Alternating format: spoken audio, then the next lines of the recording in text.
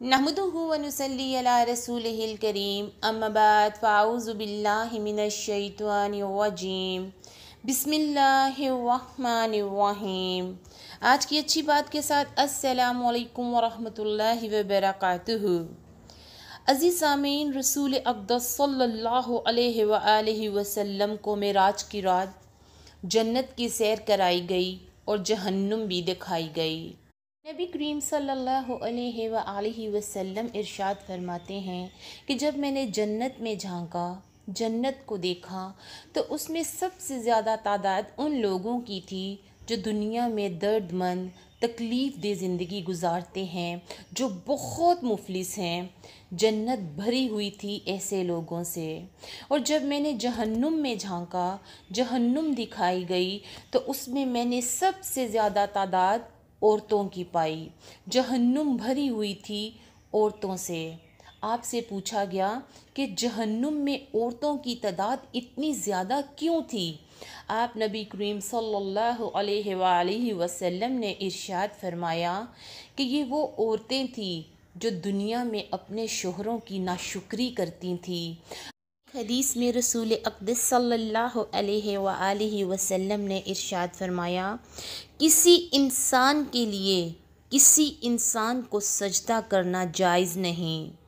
اگر ایسا ہوتا تو میں عورتوں کو حکم دیتا کہ وہ اپنے شوہر کو سجدہ کریں، اس عظیم حق کی وجہ سے جو ان کو حاصل ہے۔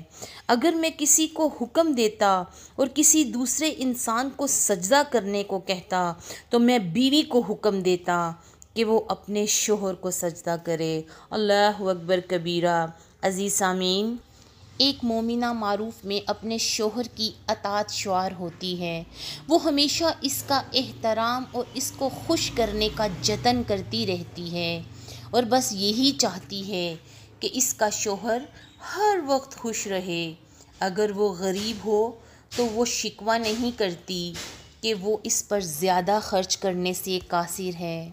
وہ گھریلو کام کاج کے سلسلے میں بھی اس سے شکایت نہیں کرتی، کیونکہ اس کو معلوم ہے کہ بہت ساری اعلیٰ صفات والی خواتین تاریخ میں ایسی گزری ہیں جنہوں نے اس معاملے میں صبر کیا ہے اور غربت و افلاس کے باوجود اپنے شوہر کی خدمت گزاری کی ہے، گھر کو سنبھالا ہے، گھر کو سنبھالنے میں ایک مثبت کردار ادا کر اچھائی کی ایک اعلیٰ مثال قائم کی ہے۔ ان مثالی بیویوں میں سب سے زیادہ افضل خاتون خود رسول اکرم صلی اللہ علیہ وآلہ وسلم کی بیٹی حضرت علی رضی اللہ تعالی عنہ کی بیوی سیدۃ النساء حضرت فاطمہ الزہرا رضی اللہ عنہا ہیں۔ عزیز سامعین، چکی سے آٹا پیسنے کی وجہ سے ان کے ہاتھوں میں تکلیف رہا کرتی تھی، بہت کام کاج کرتی تھی۔ ایک دن حضرت علی رضی اللہ تعالی عنہ نے ان سے کہا، آپ کے ابا جان کے پاس کچھ باندیاں آئی ہیں، یعنی کہ کچھ کام کرنے والی آئی ہیں، جائیے اور ایک باندی طلب کیجئے، اپنے بابا سے ایک باندی مانگ لیجئے تاکہ وہ آپ کے کام کاج میں آپ کا ہاتھ بٹا سکیں۔ وہ باپ کی خدمت میں تشریف لے گئیں، لیکن شرم و حیا کی وجہ سے کچھ کہہ نہ سکیں۔ تب حضرت علی رضی اللہ تعالی عنہ خود گئے اور عرض کیا، لیکن رسول اکرم صلی اللہ علیہ وآلہ وسلم نے غریب مہاجرین کو ترجیح دی اور ان کی یہ حاجت پوری نہ کر سکے۔ نبی پاک صلی اللہ علیہ وآلہ وسلم اپنی بیٹی اور داماد کے پاس تشریف لائے اور فرمایا کہ اے فاطمہ، کیا میں تمہیں اس سے بہتر چیز عطا نہ کروں جو تم مانگ رہی ہو؟ فاطمہ نے کہا، جی ابا حضور، آپ مجھے اس سے زیادہ بہترین عطا کر سکتے ہیں۔ نبی پاک نے جواب دیا، ہاں، جب تم دن بھر کام کر کے تھک جاتی ہو تو جب تم بستر میں سونے کے لیے جاتی ہو تو 33 بار سبحان اللہ، 33 بار الحمدللہ اور 34 بار اللہ اکبر کہہ لیا کرو، یہ ایک خادمہ سے زیادہ بہتر ہے۔ سامعین، اللہ کے نبی کریم صلی اللہ علیہ وآلہ وسلم نے اپنی بیٹی کو کتنی پیاری دعا سکھائی، لیکن خادمہ پیش نہیں کی۔ آج ہم مثالی بیویاں اپنا جائزہ لیں کہ ہم سارے دن کا کام کرنے کے بعد سارے دن کی تھکن سے چور میاں جب گھر آتے ہیں تو ان کے آگے اپنے دکھڑے روتے ہیں کہ ہم تھک گئیں، ہم مر گئیں۔ یہی ہے وہ ناشکری جس کی وجہ سے اللہ کے نبی نے آگاہ کر دیا کہ جہنم عورتوں سے بھری ہوگی کہ دن رات محنت کر کے حلال رزق کما کر جو تمہارے لیے تھکا ہارا گھر تشریف لاتا ہے، تم نے اس پر کبھی شکر ادا نہیں کیا۔ وہ یہ کہتا ہے کہ میں تھکا ٹوٹا بس اتنا ہی لایا ہوں، اور ہماری گریہ زاری شروع ہو جاتی ہے۔ ہم اللہ پر توکل نہیں کرتے۔ عزیز سامعین، اللہ سبحانہ و تعالیٰ نے پہلے دن سے جو رزق ہمارے نصیب میں لکھ دیا، اس سے زیادہ، اس سے کم ہمیں نہ کوئی دے سکتا ہے، ہم سے نہ کوئی لے سکتا ہے۔ آپ نبی کریم صلی اللہ علیہ وآلہ وسلم نے اپنی بیٹی اور داماد کو اتنی پیاری دعا سکھا دی، لیکن خادمہ نہیں دی۔ اسی طرح ایک اور واقعہ یاد آ گیا۔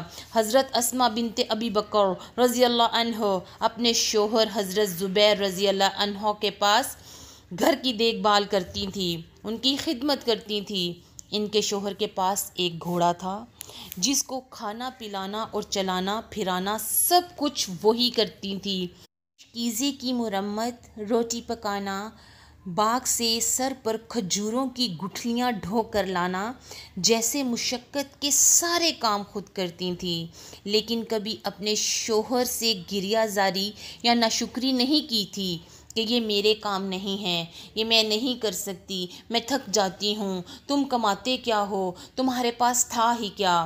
اللہ ایسی باتوں سے خوش ہوتا ہے، اللہ تھوڑے سے بھی برکت چھین لیتا ہے۔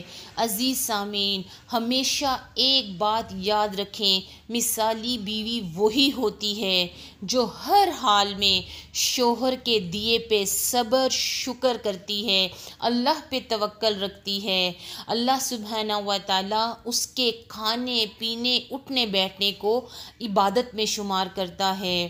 اللہ سبحانہ و تعالیٰ نے قرآن پاک میں خود ارشاد فرما دیا کہ بے شک میں ہر انسان کو آزماؤں گا، دے کر بھی، لے کر بھی اور نہ دے کر بھی۔ دے کر اس طرح آزماؤں گا کہ میں نے تمہیں دیا، عطا کیا، میرے دیے سے تم کتنا خرچتے ہو۔ لے کر اس طرح آزماؤں گا کہ میں نے تم سے چھین لیا، تم میرے چھیننے پر کتنا صبر کرتے ہو۔ نہ دے کر یہ آزماؤں گا کہ میں نے تمہیں نہیں دیا تو کیا تم پھر بھی میرا شکر کرتے ہو۔ تو اگر آپ اللہ پر توکل رکھتے ہیں تو ہر حال میں جھکا لیجئے اپنے آپ کو اللہ کے آگے، سجدہ ریز ہو جائیے، کیونکہ اللہ سبحانہ و تعالیٰ نے اپنے خاوند کی خدمت کو اجر عظیم عطا فرما دیا، بیان کر دیا کہ اگر میرے بعد سجدے کا حکم ہوتا تو تمہارے خاوند کو ہوتا۔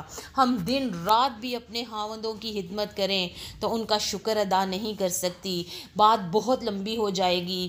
میں انشاءاللہ العزیز اگلے بیان میں اس بات کو دوبارہ دہراؤں گی۔ ابھی اللہ سبحانہ و تعالیٰ سے یہی دعا کرتے ہیں کہ جہاں رہیں خوش رہیں، جو بھی کام کریں اس میں آپ کو ڈھیروں ڈھیر کامیابی حاصل ہو، کامیابی ہم سب کے قدم چومے۔ اس دعا کے ساتھ اجازت دیجیے گا۔ السلام علیکم ورحمۃ اللہ۔